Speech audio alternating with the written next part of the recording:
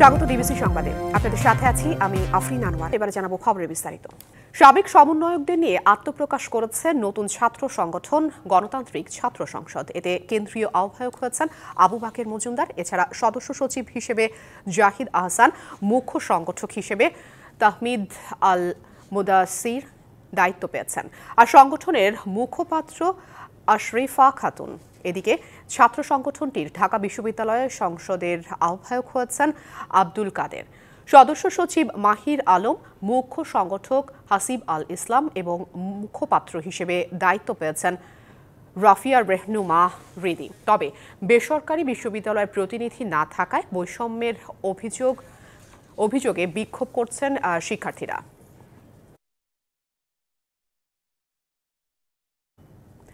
জুলাই গণ অভ্যুত্থানের প্রেক্ষাপটে গণতান্ত্রিক ছাত্র সংসদ নামে নতুন ছাত্র সংগঠনের আত্মপ্রকাশ হয়েছে। এই ছাত্র সংগঠনের আদ্যপ্রান্ত জানতে মধুর ক্যান্টিন থেকে সরাসরি যুক্ত হচ্ছেন সহকর্মী রাকিব হোসেন। বিস্তারিত জানবো তার কাছ থেকে। রাকিব, মধুর ক্যান্টিনের বর্তমান অবস্থা কি? এই যে ছাত্ররা বর্তমান অবস্থা আপনি কেমন দেখছেন? আবার এক পক্ষ নাকি আবার বিক্ষোভও করছে শিক্ষার্থীরা বেসরকারিতে যাদের রাখা হয়নি। বিস্তারিত জানাবেন আপনার প্রেক্ষাপট থেকে। 4টার দিকে কিন্তু সাবেক সমন্বয়কদের একটি ছাত্র সংগঠনের আত্মপ্রকাশ নিয়ে কিন্তু এখানে ব্রিফিং হওয়ার কথা ছিল, কিন্তু ব্রিফিং হওয়ার আগে কিন্তু প্রাইভেটের সমন্বয়করা এবং প্রাইভেটের শিক্ষার্থীরা কিন্তু এখানে এসে তারা কমিটিতে নেই এমন দাবি করে কিন্তু তারা এখানে বিক্ষোভ মিছিল করে এবং আন্দোলনে কিন্তু আপনাদের যদি একটু দেখায়, আন্দোলনে কিন্তু ঢাকা বিশ্ববিদ্যালয়ের মধুর ক্যান্টিন এলাকা কিন্তু এখন উত্তাল রয়েছে। এখানে প্রাইভেটের সমন্বয়ক যারা আছেন তারা কিন্তু মূলত আন্দোলন করছেন এবং তাদের দাবি যে কমিটিতে যেই সংগঠনটি আজকে আত্মপ্রকাশ হবে সেই সংগঠনে তাদের কোনো ধরনের কমিটিতে রাখা হয়নি এমন দাবি কিন্তু তারা করছেন। তবে এখানে যারা সেই সাবেক সমন্বয়ক যারা রয়েছেন তারা দাবি করছেন যে এখন পর্যন্ত আত্মপ্রকাশই হলো না, তাহলে কিভাবে তারা বুঝলো যে এই তাদের কমিটিতে রাখা হয়নি। তবে আমরা যতটুকু জানতে পেরেছি এখানে এই সূত্র যেটা বলছে যে গণতান্ত্রিক ছাত্র সংসদ আজকে যে সংগঠনটির আত্মপ্রকাশ হবে সেটার নাম গণতান্ত্রিক ছাত্র সংসদ এবং এখানে কিন্তু এই সংগঠনটিকে কেন্দ্র করেই মূলত এই এলাকায় এখন ঢাকা বিশ্ববিদ্যালয় এলাকায় প্রচুর পরিমাণে হট্টগোল শুরু হয়েছে। বিকেল 4টা থেকে কিন্তু কয়েক দফা সাবেক সমন্বয়কদের পক্ষ থেকে এই সংগঠনটির নাম ঘোষণা এবং এটা নিয়ে আনুষ্ঠানিকতা শুরু করার কথা ছিল, কিন্তু সেটা কিন্তু তারা আসলে করতে পারেনি, কারণ সমন্বয়ক এবং শিক্ষার্থীরা কিন্তু এখানে এসে তাদের বাধা দিচ্ছেন এবং এখন যদি একটু কিন্তু একদম হট্টগোল আসলে ব্রিফিং করতে দিচ্ছেন না প্রাইভেটের যারা আছেন এখানে এবং পুরো ঢাকা বিশ্ববিদ্যালয় এলাকায় কিন্তু বিকেল থেকে আসলে এই 4টা থেকে তারা মিছিল করেছেন এবং প্রতিবাদী মিছিল করছেন এবং স্লোগান দিয়েছেন। তারা বলছেন যে তাদের সঙ্গে বৈষম্য করা হয়েছে, বৈষম্য করে সাবেক সমন্বয়করা এই সংগঠনটি তাদের কমিটি থেকে বাদ দিয়ে তাদের এখানে আসলে এই কমিটিটার আত্মপ্রকাশ করার জন্য এখানে এসেছেন।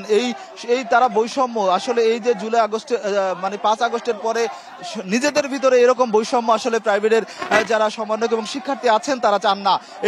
এর প্রতিবাদী মূলত তারা এখানে কিন্তু আন্দোলন করছেন। একটু মধুর ক্যান্টিনের সামনের অবস্থা এবং ঢাকা বিশ্ববিদ্যালয়ের আশপাশের অবস্থা যদি আপনাদের একটু দেখায়, যে এই মধুর ক্যান্টিনের সামনে যেখানে আসলে ব্রিফিং করার কথা ছিল সংগঠনটির আত্মপ্রকাশ নিয়ে এবং নাম ঘোষণা নিয়ে যেখানে কথা বলার কথা ছিল, সেখানে কিন্তু আসলে দুটি পক্ষের মধ্যে কিন্তু তর্কাতর্কি চলছে এবং ধাক্কাধাক্কি চলছে যদি একটু দেখায় এবং তারা বলছেন যে এখানে কোনো নাম প্রকাশ করতে দেওয়া হবে না।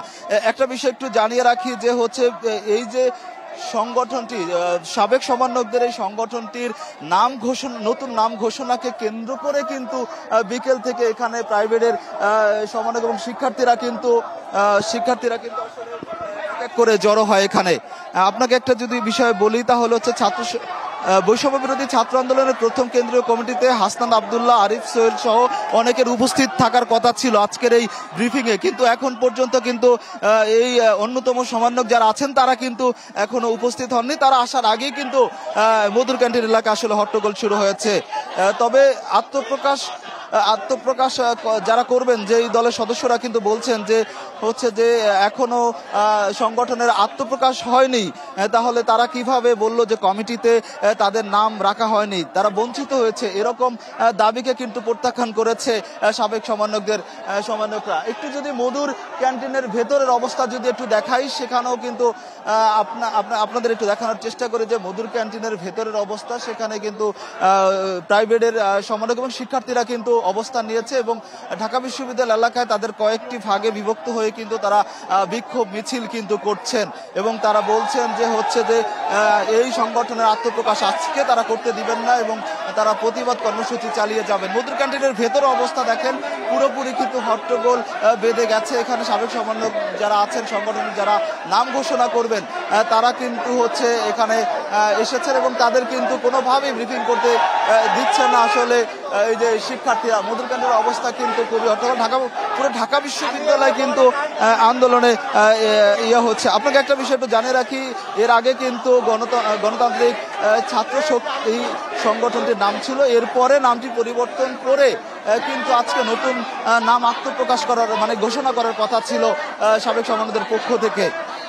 এখানে কিন্তু হচ্ছে বৈষম্য বিরোধী ছাত্র আন্দোলনের প্রথম কেন্দ্রীয় কমিটির হাসনাত আবদুল্লাহ, আরিফ সোহেল সহ অনেকে উপস্থিত থাকবেন এবং সাবেকদের নিয়ে কিন্তু আত্মপ্রকাশ করার কথা ছিল এবং সংবাদ সম্মেলনের কথা ছিল, কিন্তু এখন পর্যন্ত কিন্তু যারা অন্যতম সমন্বয়ক আছেন তারা কিন্তু এখন পর্যন্ত মধুর ক্যান্টিন এলাকায় আসে না। তবে প্রাইভেটের যেসব সমন্বয়ক এবং শিক্ষার্থীরা রয়েছেন তারা কিন্তু ঢাকা বিশ্ববিদ্যালয় এলাকা এবং মধুর ক্যান্টিন এলাকায় কিন্তু এক এক করে জড়ো হচ্ছেন। একটা বিষয় আপনাকে একটু বিষয়টি জানানোর চেষ্টা করি, এখানে কিন্তু অনেকে কিন্তু কথা বলার চেষ্টা করছেন এবং তারা জানানোর চেষ্টা করছেন এটা নিয়ে।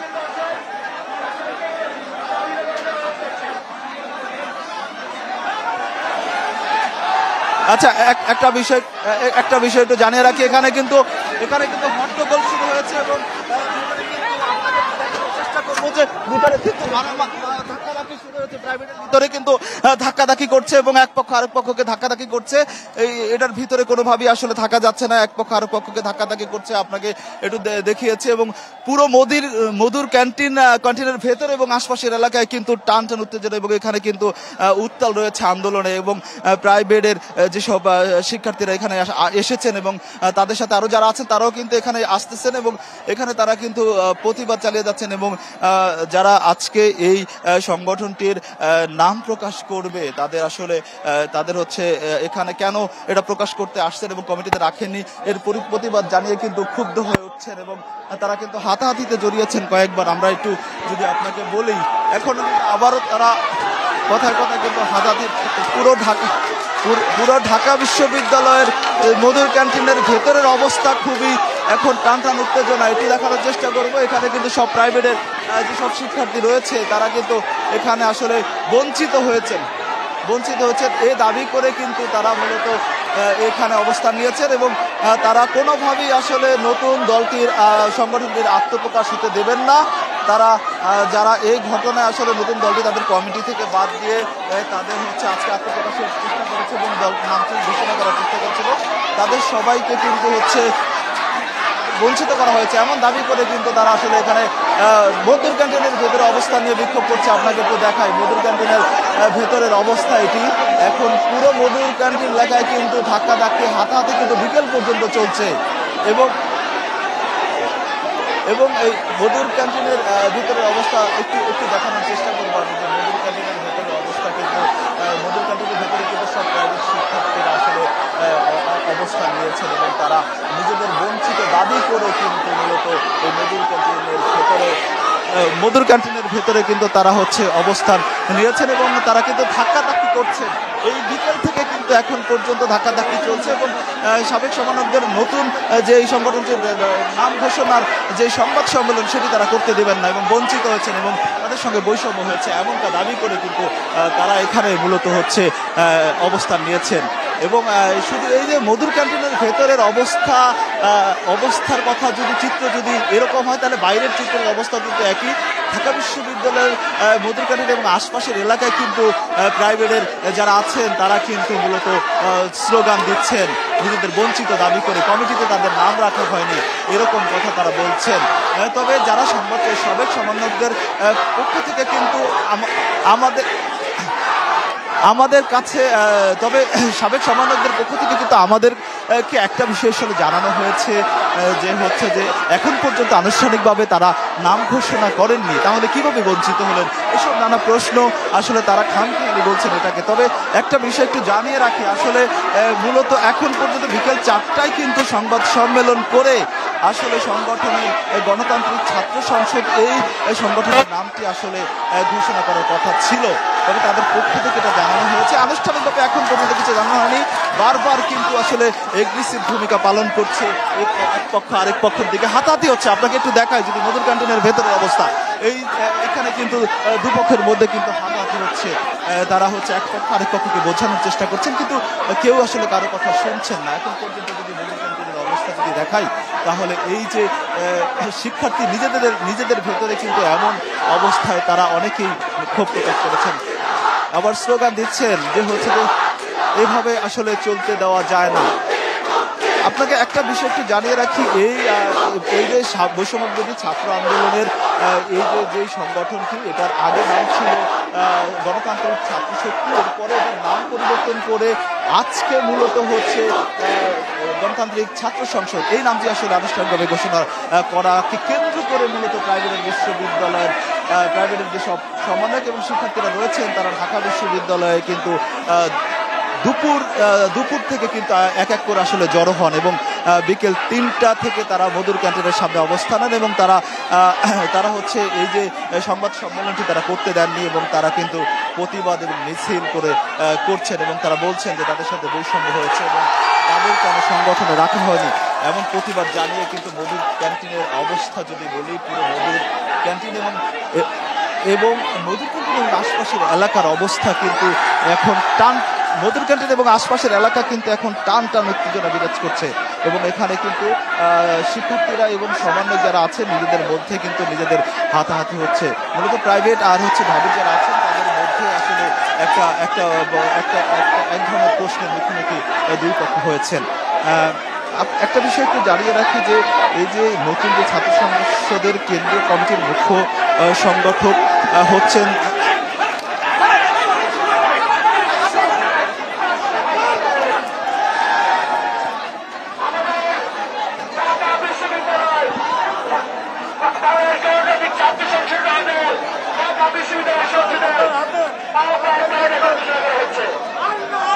এই যে মধুর ক্যান্টিনের অবস্থা যদি এখন বলি, আসলে বৈষম্যবিরোধী ছাত্র আন্দোলনের সাবেক সমন্বয়কের উদ্যোগে নতুন ছাত্র সংসদের আত্মপ্রকাশ কিন্তু আজকে হওয়ার কথা ছিল। এটা মূলত কেন্দ্র করে কিন্তু এখন হচ্ছে এই যে ঝামেলা চলছে, এখন পর্যন্ত আসলে কখন নাগাদ এই সংগঠনের নাম ঘোষণা করা হবে আনুষ্ঠানিকভাবে, সেই বিষয়টি কিন্তু এখন পর্যন্ত আসলে আমাদের কিন্তু জানানো হয়নি।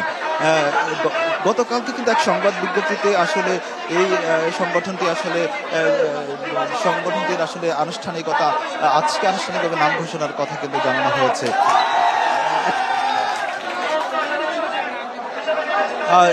একটা বিষয় একটু জানিয়ে রাখি যে ঘোষণা দেওয়ার মানে আজকের আগে গতকাল রাতে কিন্তু নতুন ছাত্র সংসদ মানে নতুন যে আজকে যে ছাত্র সংসদের ছাত্র সংগঠন আত্মপ্রকাশ হওয়ার কথা ছিল, সেটা নিয়ে গতকালকে ছাত্র নেতারা নিজেদের মধ্যে একটি বৈঠক করেন। সেখানে কেন্দ্রীয় এবং ঢাকা বিশ্ববিদ্যালয় সেখানে কেন্দ্রীয় ঢাকা বিশ্ববিদ্যালয়ের শাখা নেতৃত্বে আসলে সেই বৈঠকে কিন্তু আসলে চূড়ান্ত করা হয় আসলে আজকে আনুষ্ঠানিকভাবে এটা নাম করা হবে। আপনাকে একটু যদি আমি আসলে দেওয়ার চেষ্টা করব যে আসলে তারা আমাদের একটি সংগ্রামী মিছিল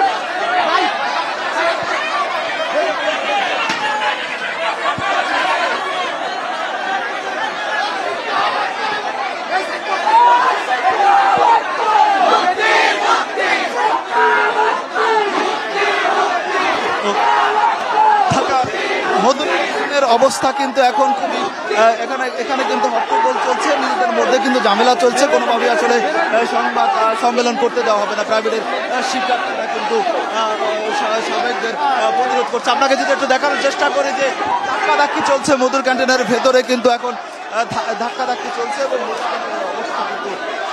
শিক্ষার্থীরা নিজেদের মধ্যে কিন্তু আসলে ঝামেলা করছেন। এবং এখানে কিন্তু যারা আজকে দলটি ঘোষণা করতে এসেছেন তারা কিন্তু বলছেন যে প্রাইভেটের শিক্ষার্থীরা যে কমিটিতে তাদের রাখা হয়নি এমন দাবি করেছেন। আসলে ঘোষণার আগে কিভাবে এটা জানলো এমন প্রশ্ন কিন্তু আসলে তাদের পক্ষ থেকে করা হয়েছে। তবে প্রাইভেটের যারা রয়েছেন তারা কিন্তু আমাদের যেটা জানিয়েছেন যে তাদের বঞ্চিত করা হয়েছে, কমিটিতে তাদের নাম রাখা হয়নি।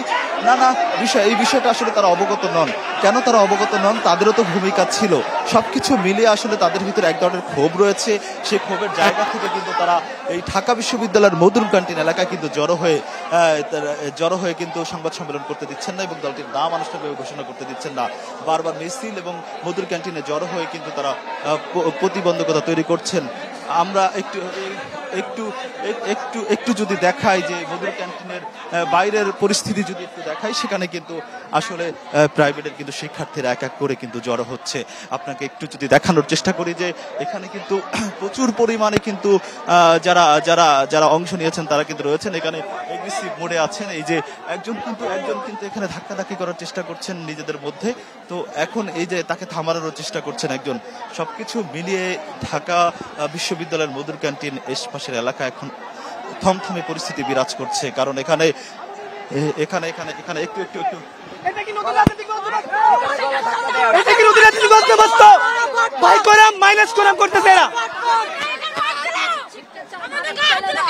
কেন্দ্রীয় নির্বাহী কেন্দ্রীয় সদস্য বৈষম্য বিরোধী ছাত্র কেন্দ্রীয় নির্বাহী সদস্য তার গায়ে কিভাবে হাত দেয়?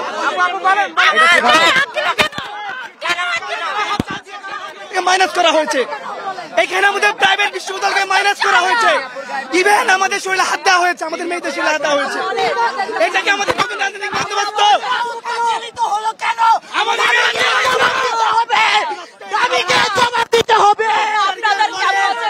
আমরা আপনাদের ক্যাম্পাসে এসে পরে এখন পর্যন্ত আমাদের সাথে একবার বসা প্রয়োজন বোধ করে নাই সমন্বয়করা। ইভেন যে নতুন রাজনৈতিক সংগঠন হচ্ছে সেখানে আমাদেরকে নিয়ে বসা হয় না। আমাদের আমার মেয়েদের শরীরে হাত কেন দেওয়া হলো? মেয়েদের শরীরে হাত দিব কেন? হাত দিচ্ছে কেন?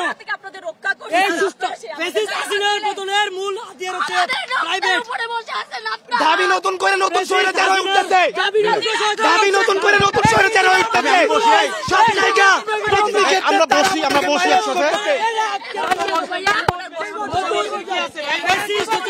নতুন রাজনৈতিক বন্দোবস্ত এমন করে হয় না। সবগুলা স্টেক হোল্ডারকে নিয়ে বসে তারপর করতে হবে। সবার মতামত দিতে হবে। এই জুলাই মাসে সবচেয়ে ভালো ফেসিস্ট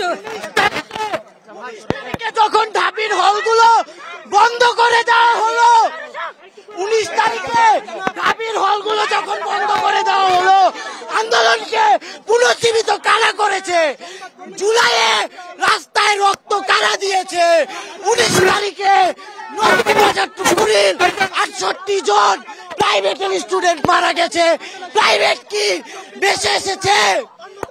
দাবিকে জবাব দিতে হবে।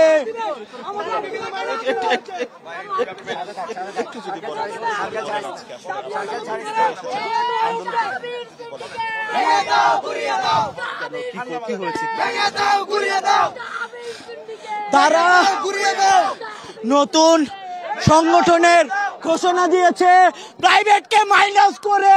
প্রাইভেট কেন মাইনাস হবে? প্রাইভেট কেন মাইনাস হবে? প্রাইভেটের অবদান তারা কি জানে না? তারা কি ভুলে গিয়েছে প্রাইভেটের অবদান? 19 তারিখের পরে তারা কোথায় ছিল? তাদের হলগুলো বন্ধ ছিল। আমরা জানি, জাতি জানে আমরা কি করেছি। তাহলে আমাদেরকে কেন মাইনাস করা হলো? দাবিকে জবাব দিতে হবে। আজকে এইখানে এসে জবাব দিয়ে যেতে হবে। আমাদের বোনদের গায়ে হাত তোলা হয়েছে, আমাদের ভাইদের গায়ে হাত তোলা হয়েছে। এর জবাবও দাবিকে আজকে এখানে এসে দিতে হবে। একটা বিষয় একটু জানতে চাই যে কি মাইনাস করা হয়েছে, কি মাইনাস করা হয়েছে যদি একটু বলেন। কি মাইনাস করা হয়েছে আমি তো জানতে চাই। এখনো তো দল ঘোষণা হয়নি, কিন্তু কি হয়েছে একটু যদি। আমাদের সাথে কোনো ধরনের আলাপ আলোচনায় বসা হয়নি প্রাইভেটের সাথে। এর বেশি কিছু আমি বলতে চাচ্ছি না। আচ্ছা, যেমনটা বলছিলাম আসলে এখানে যারা প্রাইভেটে রয়েছেন তারা কিন্তু বলছেন যে হচ্ছে তাদের মাইনাস করে মূলত সংগঠনটির আত্মপ্রকাশ করতে যাচ্ছিল আজকে। তারা সংবাদ সম্মেলন এবং আনুষ্ঠানিক নাম ঘোষণা করতেই কিন্তু মূলত আজকে এখানে শুরু হয়েছে এবং তাদের মাইনাস করা হয়েছে। তারা বৈষম্যের শিকার হয়েছেন, তারা আন্দোলনে সক্রিয় ভূমিকা পালন করেছেন, তারা দেশের আজকে বর্তমান পরিস্থিতিতে তাদেরও অবদান রয়েছে। তারা 19 তারিখের পরে তারা কঠোরভাবে রাস্তায় নেমেছেন, কিন্তু এত কিছুর পরও কিন্তু তাদের সঙ্গে তারপরে যেমনটা বলছিলাম যে হচ্ছে যে এই যে তাদের সাথে বৈষম্য করা হয়েছে, এই বৈষম্য করার কারণে কিন্তু হচ্ছে যে তাদের সঙ্গে বৈষম্য করেছে, এটার প্রতিবাদে মূলত তারা কিন্তু এখানে জড়ো হয়েছেন এবং জড়ো হয়ে কিন্তু আসলে প্রতিবাদ করছেন।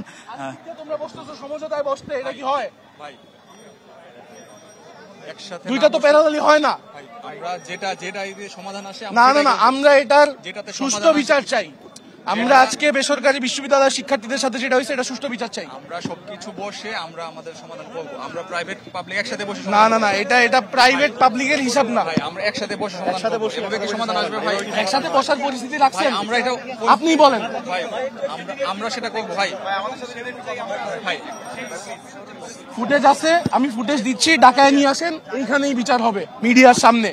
সে যা ব্যবহার করছে মিডিয়ার সামনে, যেহেতু করছে মিডিয়ার সামনে এটার বিচার হইতে হবে। না ভাই, কোনো মিডিয়াতে কোনো বক্তব্য দিব না, ডাকেন, ফুটেজ দিচ্ছি আপনাকে। আসুন সাইডে আসুন, ভাই প্লিজ একটু আপনার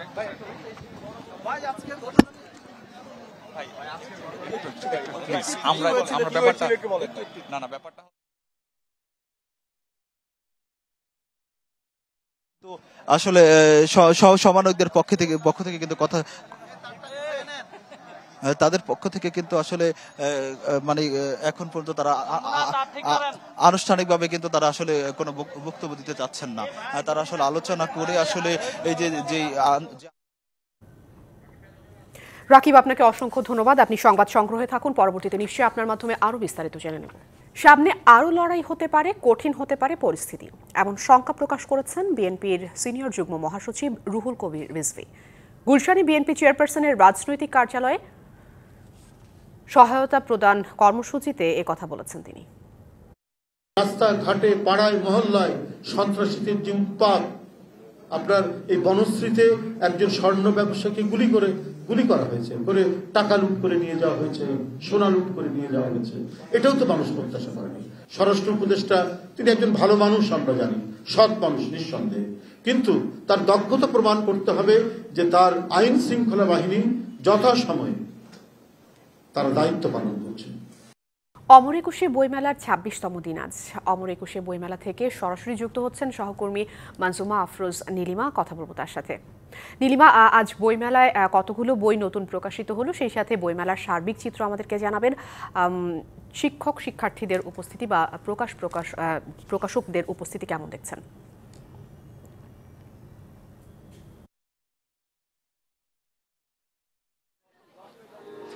ধন্যবাদ আফরিন আপনাকে। আমি বর্তমানে অবস্থান করছি বইমেলার প্রাণকেন্দ্র অর্থাৎ বিপণন কেন্দ্রগুলোর মধ্যবর্তীতে। শুরুতেই সবাইকে জানিয়ে দিতে চাই শুভ বিকেল।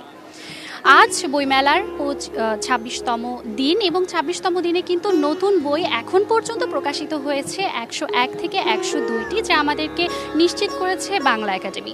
এবং এখনও কিন্তু 26তম দিন অর্থাৎ হাঁটি হাঁটি পা করে বইমেলা, মাসব্যাপী চলমান বইমেলা কিন্তু সমাপ্তির দ্বার প্রান্তে চলে এসেছে এবং এখনও পাঠক, লেখক, প্রকাশক, দর্শনার্থী সবার সমাগমে কিন্তু জমজমাট বা মুখরিত হয়ে আছে আমাদের এই বইমেলা প্রাঙ্গণ। এই মুহূর্তে আমি ঠিক একজন তরুণ প্রকাশকের সাথে কথা বলবো এবং জানবো তার অভিজ্ঞতা সম্পর্কে। কত বছর ধরে কাজ করছেন প্রকাশনীর সাথে এবং আপনার অভিজ্ঞতাটা একটু আমাদেরকে জানাবেন। কি ধরনের বই আসলে পাঠকরা পড়তে পছন্দ করেন? আচ্ছা, ধন্যবাদ আমাকে কথা বলার সুযোগ দেওয়ার জন্য। আমি গ্রন্থিক প্রকাশন থেকে এসেছি। গ্রন্থিক প্রকাশনে আমি কাজের সাথে সরাসরি যুক্ত 2 বছর ধরে, আর এমনিতে 7 থেকে 8 বছর ধরে গ্রন্থিক প্রকাশনের বিভিন্ন কাজের সাথে আমি যুক্ত ছিলাম, কিন্তু সেটা একবারে ফুল টাইম হিসেবে না। আর এখানে আমি যদি কাজের অভিজ্ঞতা বলতে যাই, আমাদের গ্রন্থিক প্রকাশনে মূলত নন ফিকশন বইয়ের জন্য হচ্ছে খ্যাত, বা আমরা যদি বলি নন ফিকশন বই কারা ভালো করে, 5টা। আসলে পাঠকরা কি ধরনের বই পছন্দ করে? আচ্ছা, পাঠকরা পছন্দ করে ফিকশন নন ফিকশন দুইটাই পছন্দ করে এখানে, তবে এখনকার পাঠকরা নন ফিকশনের প্রতি বেশি আগ্রহী হচ্ছে, আমরা আমাদের প্রকাশনের জায়গা থেকে এটা দেখতে পাচ্ছি। ধন্যবাদ। ধন্যবাদ আমরা জানাতে চাই তরুণ প্রকাশককে। এবং এই মুহূর্তে যেহেতু বইমেলার আমরা যদি বলি প্রাণভোমরা বলা হয় লেখকদেরকে, আমরা ঠিক এরকম একজন জনপ্রিয় লেখকের সাথে এখন কথা বলবো এবং জানবো তার নতুন বই তিনি কি কি তথ্য দিয়েছেন পাঠকদেরকে। আলিমুজ্জামান চৌধুরী, আপনার সাথে কথা বলবো আপনার নতুন বই সম্পর্কে, কি কি তথ্য দিচ্ছেন এবং কি ধরনের বই আপনি লিখেন, কত বছর ধরে লিখেন? ধন্যবাদ ডিবিসি। অমর একুশে বইমেলা থেকে সকলকে শুভেচ্ছা। আমার এবারের প্রকাশিত বই মেঘের মিতালি উপন্যাস। বাংলা সাহিত্যের উপন্যাসের একটা বিশেষ গুরুত্ব স্তর রয়েছে যেটা বাংলা সাহিত্যকে সমৃদ্ধ করে। গেল বছর অর্থাৎ 2024 সালে আমার কাব্যগ্রন্থ প্রকাশিত হয়েছিল বর্ষায় বর্ষণ, যেটা প্রিয়জন সাহিত্য প্রকাশনী থেকে বেস্ট সেলার হিসেবে নির্বাচিত হয়েছিল। খুবই চমৎকার। আমি যতদূর জানি এই বর্তমানে যে মেঘের মিতালি এই বইটি আপনার চতুর্থ বই, এবং কেমন সাড়া পাচ্ছেন 2025-এর বইমেলা থেকে? অত্যন্ত সাড়া পাচ্ছি এবং পাঠক প্রিয়তার শীর্ষে অবস্থান করছে এখনও। তো সেক্ষেত্রে আমি আশাবাদী যে দুদিন বাকি রয়েছে সে দুদিন পাঠকদের একান্ত আপনজন হিসেবে, আপন বই হিসেবে, প্রিয় বই হিসেবে মেঘের মিতালি তাদেরকে অবশ্যই গর্বিত করবে এবং সমৃদ্ধ করবে। ধন্যবাদ আমি জানাতে চাই আমাদের দুইজন, একজন তরুণ প্রকাশক এবং আরেকজন লেখককে। এভাবেই কিন্তু বইমেলা চলমান আছে এবং আপনারা আমাকে দেখছেন ডিবিসির পর্দায়। আমরা কিন্তু এভাবে সবার কাছে পৌঁছে দিতে চাই, দর্শক দর্শনার্থী যারা আছেন তাদের সবার কাছে পৌঁছে দিতে চাই বর্তমান বইমেলার পরিস্থিতি। এবং এভাবেই কিন্তু দিনের পর দিন যে মাসব্যাপী চলমান বইমেলা আজকে চলে এসেছে 26তম দিনে। 26তম দিনে আমার কাছে বইমেলা থেকে এই ছিল সর্বশেষ তথ্য এবং আমি চলে যেতে চাই আমাদের ডিবিসির স্টুডিওতে আফরিনের কাছে। আফরিন। নীলিমা, আপনাকে অসংখ্য ধন্যবাদ যুক্ত থাকবার জন্য। ডিবিসি সংবাদের রিপোর্ট চাই নিচ্ছে আরও একটি বিরতি, সঙ্গেই থাকুন। শিল্প ও ক্যাপটিভেটে গ্যাসের দাম বাড়ানোর শুনানিতে তোপের মুখে পড়েছে Bangladesh energy regulatory commission BERC. এই সময় গ্যাসের দাম বাড়ানোর প্রস্তাব আগামী রবিবারের মধ্যে খারিজের দাবি জানান ব্যবসায়ী এবং ভোক্তা অধিকার সংগঠন। তারা বলেন বাড়তি 3400 কোটি টাকার জন্য গ্যাসের দাম বাড়ানোর প্রস্তাব গণবিরোধী। রাজধানীর ইস্কাটনে বিএম অডিটোরিয়ামে এই শুনানিতে এই দাবি ওঠে।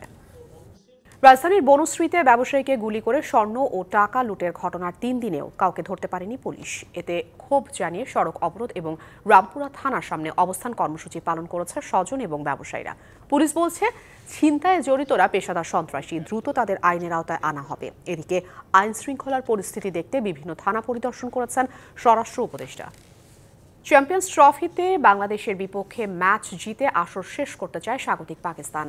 শেষ ম্যাচে টাইগার পেসারদের নিয়েই বেশি ভাবছেন রিজওয়ান বাবরদের কোচ আকিব জাভেদ। বলেন সেরা প্রস্তুতি নিয়েই মাঠে নামবে তার ছেলেরা। চ্যাম্পিয়ন্স ট্রফির গ্রুপ পর্ব থেকে বিদায় নিশ্চিত হয়ে গেছে বাংলাদেশ পাকিস্তানের। হোস্ট সাইডের জন্য তাই শেষ ম্যাচটি প্রেস্টিজ ইস্যু কিনা প্রশ্ন এড়িয়ে গেলেন আকিব জাভেদ। বললেন সব ম্যাচই সমান গুরুত্বপূর্ণ। ডিবিসি সংবাদে এই ছিল এখনকার মতো। ডিবিসি নিউজের সংবাদগুলো পড়তে ভিজিট করুন dbcnews.tv আর ভিজিট করুন ডিবিসি নিউজের ফেসবুক পেজ এবং ইউটিউব চ্যানেল। সঙ্গে থাকুন ডিবিসি।